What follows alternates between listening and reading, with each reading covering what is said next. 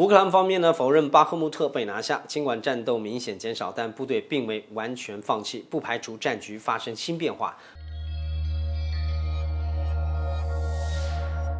大家好，欢迎收看小辉观察。俄乌两军在巴赫穆特已经持续激战数个月，让这片长期籍籍无名的土地成为了全球的焦点。但是近日呢，这一局面呢似乎发生了变化。按照俄罗斯总统普京的说法呢，他正式向瓦格纳集团和其他武装力量发去了祝贺，赞扬他们完成了攻占巴赫穆特的任务。对此呢，基辅方面呢表示并不认同。根据中新网近日消息呢，乌克兰国防部副部长马里亚尔表示呢，尽管巴赫穆特的战斗明显减少，但部队并未完全放弃，仍然占据着飞机杯区域。按照副防长的说法呢，乌克兰部队呢正在巴赫穆特的城市西南部坚持抵抗，作战区域是米格17飞机纪念碑区域。而且他强调，乌军在巴赫穆特南北两侧都取得了新进展，围绕城市郊区的战斗还在持续，而且呢击退了俄军的多次进攻，并且呢在部分地区还发起了攻势，敌人正遭受重大损失。副防长的说法呢，显然和克宫的说法明显不符。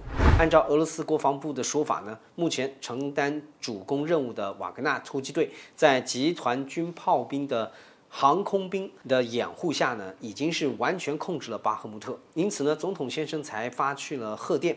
赞赏将士们为此付出的努力。尽管俄罗斯副防长明确表示乌克兰军队没有放弃，但是乌克兰总统泽连斯基似乎已经承认了俄方的说法，但他呢并不完全认可俄方的说法。在此次日本广岛举行的7国集团会议上，他在同美国总统会谈的时候，有记者当场询问他，巴赫穆特还是否在乌克兰军队的控制下？他直言：“我认为不是。”该表态呢被外界解读为乌军已经失去了对巴赫穆特的掌控力，但拒绝承认完全失败，仍然寄希望于通过小规模的反攻行动夺回城市。那对于眼下的巴赫穆特战局呢，美联社发表评论指出呢，俄军如果攻占该地区，俄罗斯将会获得更多战术主动权，而乌克兰部队呢可能会陷入更多的被动局面。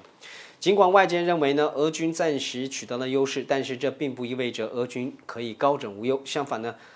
乌克兰军队正在酝酿着大规模的反击行动，可能随时改变战局，因为这里对乌克兰来说实在是过于重要。按照此前俄军的打法来看呢，瓦格纳雇佣兵目前是俄军的主攻部队，而俄罗斯的正规军呢，主要是协助和接替防守。虽然雇佣兵听起来似乎不如正规军专业，但结合这1年多的实际的战场表现来看，瓦格纳部队似乎更像是俄军的精锐。而俄罗斯正规军除了58集团军外，其他部队的表现乏善可陈。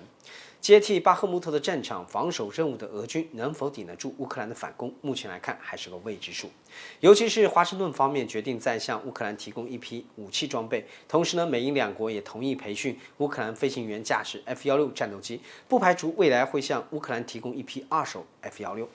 那如果未来乌克兰和俄罗斯真正的打起高水平的空战，届时乌东战局可能又会发生新的变化。好了，本期内容就到这里，大家有什么观点可以在评论区互动，我们下期再会。